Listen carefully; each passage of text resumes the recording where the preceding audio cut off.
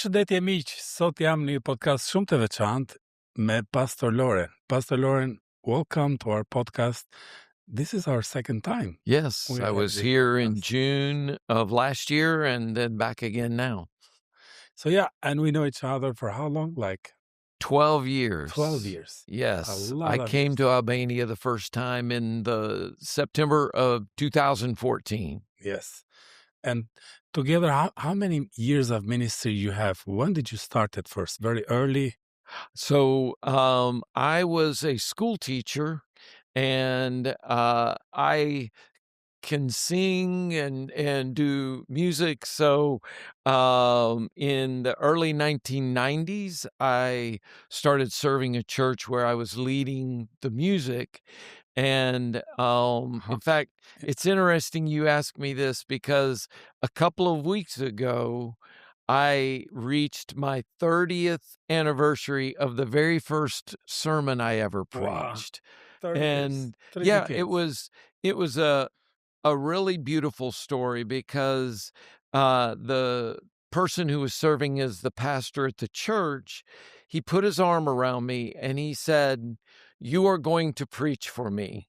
He didn't ask me if I was going to preach. He said, You will. "You are going to preach for me." But he saw in me something of value, and it was an encouragement. I was scared, Mhm. and the church was very small, maybe 40, 50 people.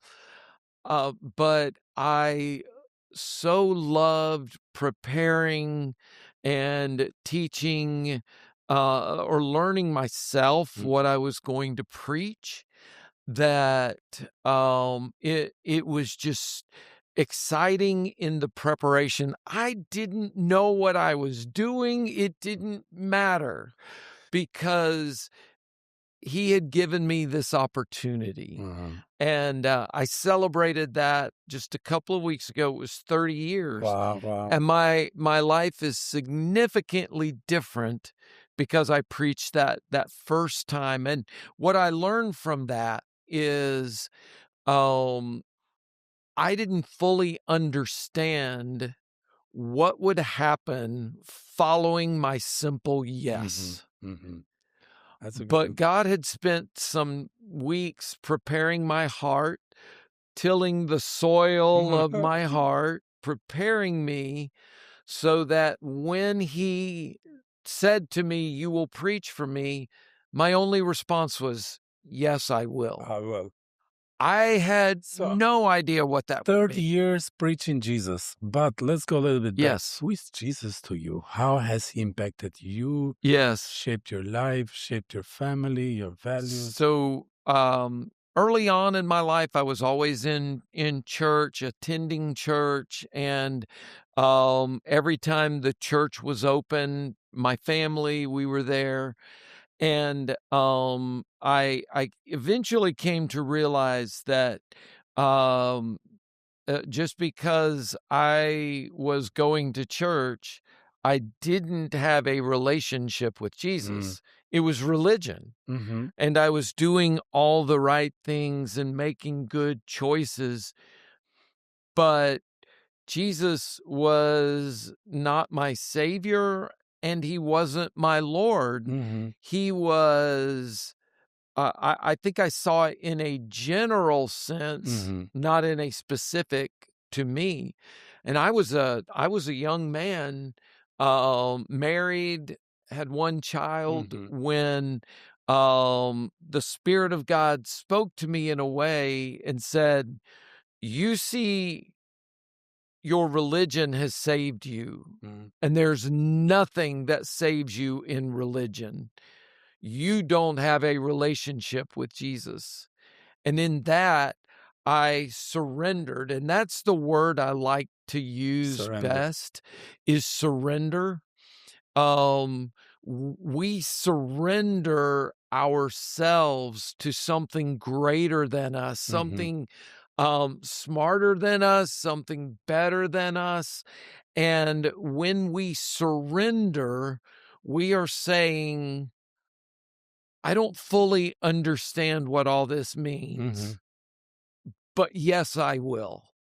And so that yes, I will, when the man asked me to preach for him 30 years ago, 35 years ago, when I truly said, yes, I will to Jesus, I didn't know what that meant fully, but I knew that surrendering to him was what I had to do, and it changed my life. Yes, and it changed your life, changed the perspective, changed the way how you build your family, and changed the goal of your life. You have been serving others the whole no doubt life. Yes. So why do you care so much?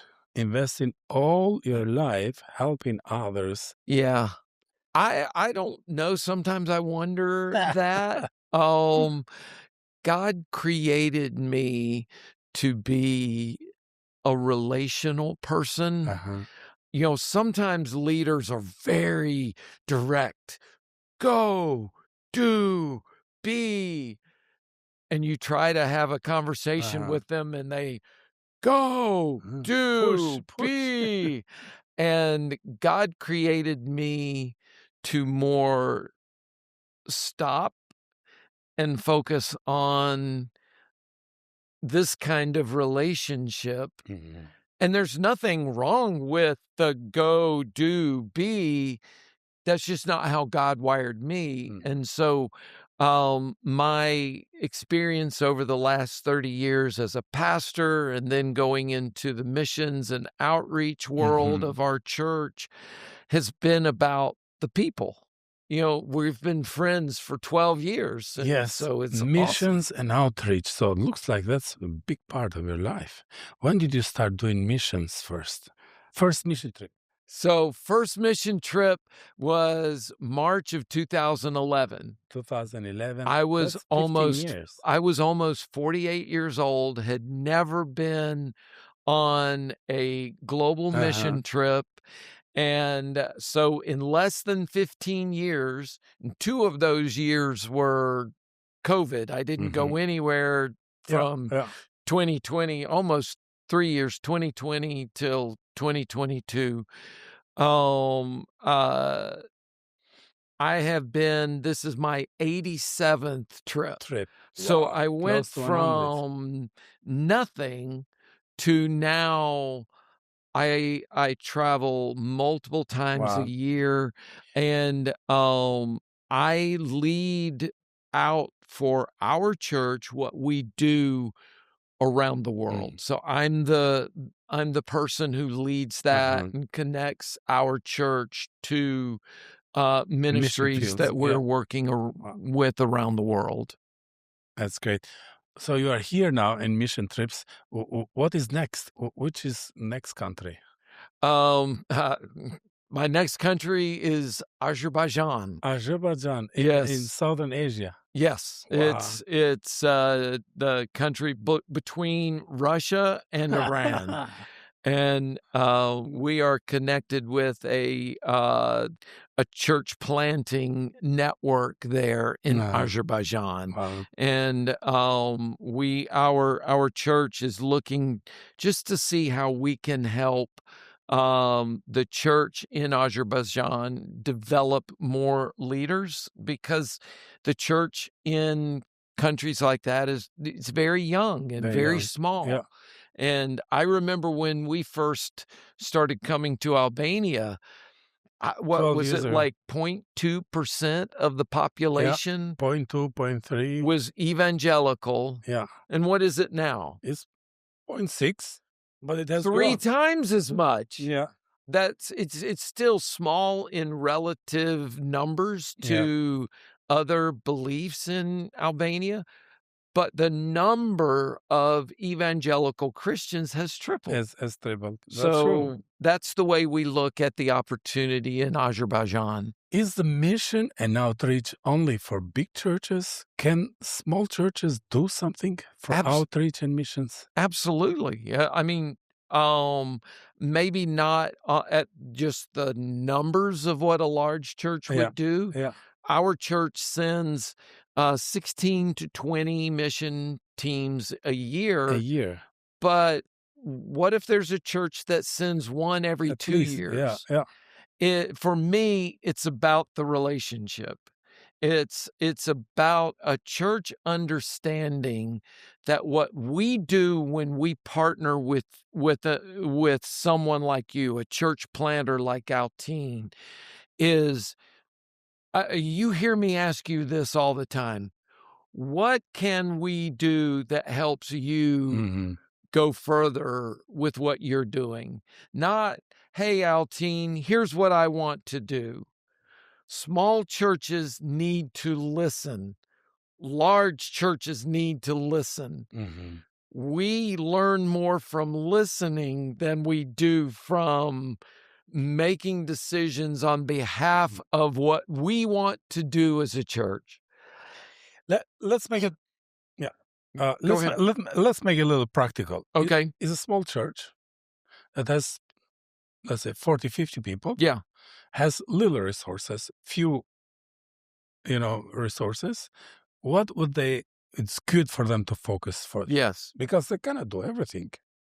What are your 5 fish and 2 loaves? Yes. What did Jesus, the disciples said, we can't feed all these people. And Jesus said, look around and see what you have. That's a good one. And so, and don't compare what you do to any other church. Yeah. God has placed you where you are with a purpose, for a purpose. And when you see someone in need, you may not be able to fix everything that is broken. Yeah. In fact, don't try to fix everybody's brokenness. So, that would be my next question, but already you started this. What is one mistake that you see churches are doing? Or two, I would say two. Two? Number one is they tell the church or organization they're working with what they want to do for them. Yes. And then the other one is that they compare themselves to what we're other not doing churches, as much. They're doing more. We're doing little. And just don't do that. Take the opportunity to figure out what your 5 loaves and 2 fish are, and go with that, and do that thing that God has equipped you to do, whatever that is. So many years, so many projects, so many people impacted, but one story of someone whose life has been changed because of church showed up. Church was there for them. Yeah. I'm thinking back in the United States now. A man that just made a lot of poor decisions in his life, and it led to him spending, in a 12-year period, 9 of those years in prison. And when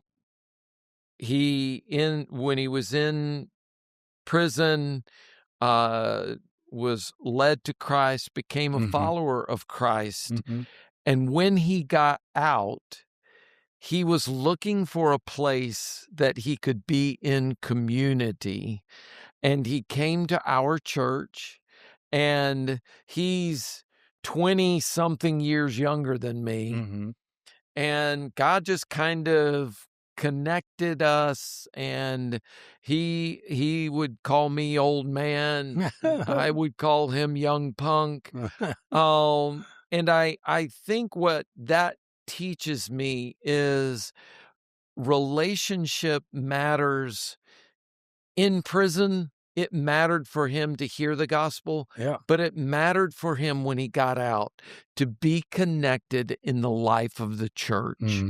and now he leads his own ministry that he started, and he's doing really well. What does he do? He has a recovery ministry very similar to what he experienced, where he is now handing on to men, and that his ministry is mostly to men, this opportunity to sit under some leadership that will help them be healthy. And then, so he's multiplying himself one person at a time. Wow. It's very good. It's not just recovered, but he's turned it into a ministry, recovering others. Yes. Yes. It's amazing. But, you know, needs are so big. A pastor cannot do everything, even if he had 6 arms and 20 legs. He cannot do everything. Yeah. So it's sometimes the most of the beautiful and difficult work of ours is to motivate others to contribute. Yeah. Not just come to church, for sure, come to church, get empowered, encouraged, but don't let it sit there. Do something. Yes. How do you motivate people to come to missions, let's say, or to do something in... That's, I mean, for me, that is a challenge, because I think what happens in a lot of churches, and a large church like ours in the United States is no different. There are a lot of people that want to come and feel good about themselves, or at the very least, okay, that they've come and they've attended church. And I think in our church is guilty of this as much as any, that sometimes we don't call our people up to the next. We want them to do, the way I describe it is, we have a lot of people sitting in our seats, and depending on the size of your church, who are unengaged. They are mentally listening, but they're not doing anything with what they're learning. And we provide opportunities that we would call acts of kindness. But if we, the church, if we are not intentional to move people to being generous, and then potentially living a sacrificial life, if we're not intentional, the cycle will take people back to being unengaged. And so we provide simple acts of kindness, but if we're not giving them next step opportunities, then they're going to cycle back to being unengaged. And that is whether you are a large church or a small church, is what are you doing to move people to the next level of service? How are we thinking through that? And that's a challenge even for church leaders to understand that, because the high level leaders are thinking, we just need people to do something. And yes, we do, but we need to give them something to move to next. When back years ago, we were creating some new training, discipleship materials for our mission teams, and a missionary looked through our materials, and he said, I see and hear what you want me to know, and I see and hear what you want me to do, but nowhere do I see who you want me to become. And that is as important, or potentially more important, than what we want you to know and what we want you to do is their growth. Yes, we must see outreach as part of the discipleship ministry of the church. And we make disciples by making more disciples and challenging them to go into all the world and make disciples, baptizing and teaching them. You know, that is our role, not just to mobilize people to do something, but it's mobilizing people to become someone. That's a good one. Super. Let's go back to church planting. Okay. Or the starting of you know far ministry. more about church planting than I do. Yeah, there was this guy 30 years ago that came around you and motivated you to start something, to start preaching, start getting involved in ministry. But what would be best to help people now, young leaders now, to push them to ministry, but not push, but encourage them to ministry? Yes. I would say as awesome as it was that guy put his arm around me, he had no idea what was coming. And he died many, many years ago. And I think for young people, it's who in your life, even as a younger person, you can already begin to encourage. Start to begin. Yes, to invest. Yeah, because the goal is to potentially replace yourself. You know, that the day may come, like for me, I will be 63 soon. And do you retire in ministry or you die in ministry? I will die in ministry. Now, I may, and I am not kidding when I say this. My goal is to work until I am around 70 years old, so 7 more years. But I will never stop doing what I do. And if my church will let me stay longer, I will stay longer.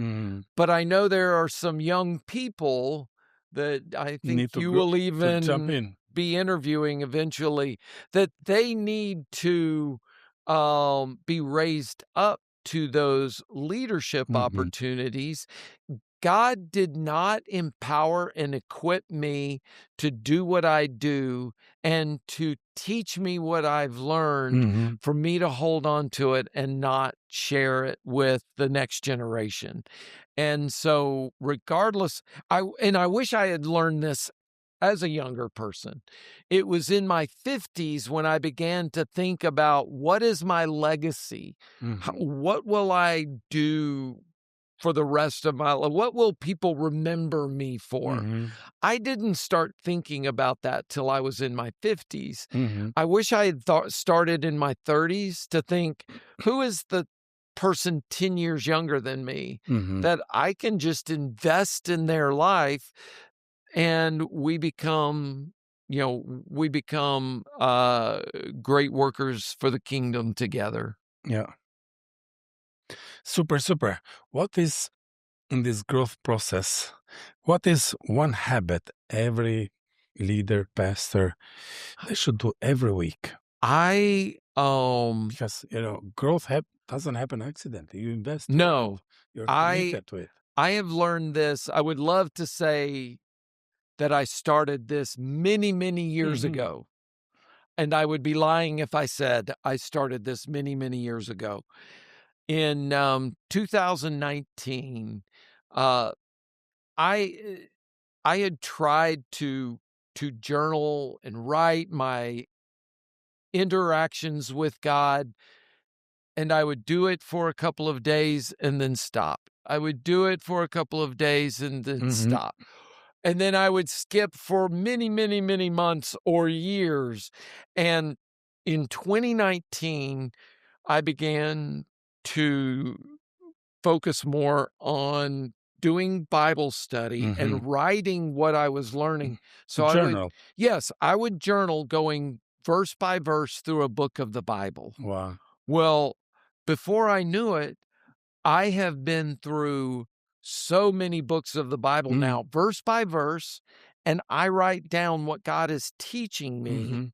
And even I will use an example. I preached in your church a message on the shadows versus the body. That the body is Christ. And the shadow is a glimpse, but not the reality of the body of Christ. I began writing about that 5 years ago, so that when I was thinking about what could I preach, you had mentioned your word for 2026 was new heights. And I went back to this passage that I had written about in Colossians chapters 2 and 3 to 5 years ago and reminded myself of what I had written. Wow. Journaling has transformed my life. You know that over the last almost year, I've lost over 30 kilos. 30 kilos. And one of the main pieces of that journey has been that I have journaled almost every day what I was doing, not the food I was eating, but it was more, hey, and this is even like, what could I challenge the country of Albania? What these words, keep on keeping on. When you feel like you are overwhelmed and you feel like, oh, there's nobody in this with me, it's me by myself. Keep on keeping on. You are your best accountability partner. You are the one who knows you better than anybody. And you know what motivates you, and you know what can get in the way of you moving forward. And writing about it in a journal, I think has just transformed my life. Super. So people, church planters, leaders, keep notes. You never know how you're going to use them. It helps you to build your... What would be a last one? What would be a last one, like advice for, let's say you're sitting with a church planter, Albanian church planter. Yeah. Oh, what would having a coffee with him? Yes. Or with them. What would be, make sure you do these things. What would be an advice? Yes, journaling. Yes. What you said. Church planting, anything we do in ministry is about people. And I think whatever we do in the church, we can get so focused on the activity of what we're trying to accomplish that we forget that people are involved. So like with me, I would want to hear, if I'm sitting with a church planter in Albania having coffee, what are your struggles? What are your successes? To pay more attention, to listen to them. To listen, because they're going to tell me what I can encourage you about. If I start telling you, journal, it's so great, it will change your life, and you journal every day, it's like, okay, well, that's good.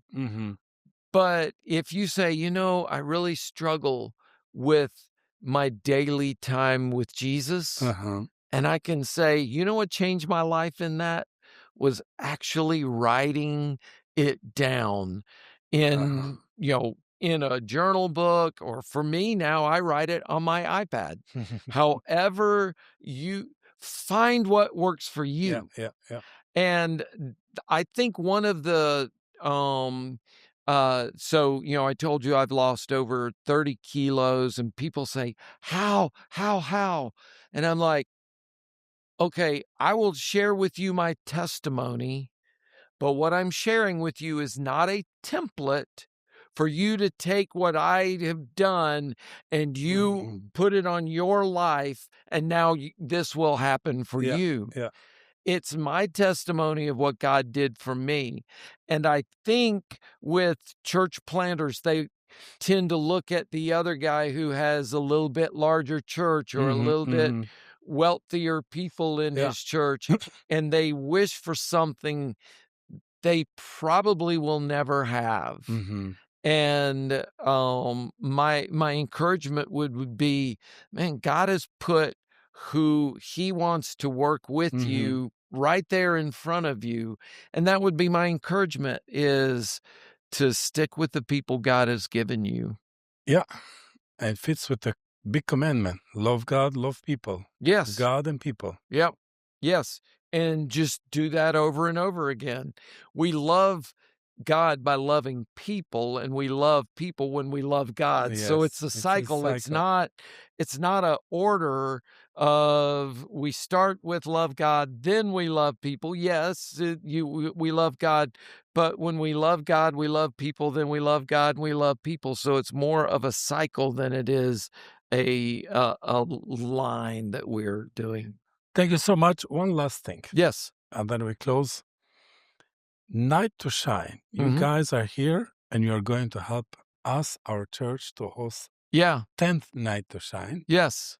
What excites you the most that you are doing so many ministries, but you still are doing another one? Oh, what excites me the most about what not just Night to Shine. Needs. Not only this community. Yes. Well, my church in the U.S. has recently started a very special ministry for special needs families. So it's more for the families. It started there. It's growing there as well. Yes. So because we have that in our church, and our church is doing Night to Shine in the U.S. Oh, for the first year. Yes, for the first year. Wow. So I love being able to say, we have a group here doing Night to Shine in Albania, and all we can do, we can't speak Albanian, and most of the people we encounter won't speak English. You know what we can do? We can smile, we can high five. Yes. But what I love is it helps us tell a story at home of, hey, the kinds of things we do in Georgia, near Atlanta, we can do those kinds of things around the world. And what the value we bring to ICF Tirana, to Night to Shine, to the Jonathan Center, is we are just hands and feet that can help you make this happen. Yes, and we've got what, 190, almost 200 people, almost 200 youth guests coming. Yes, coming. So it's going to be wild and crazy and exciting, exhausting, all of the things.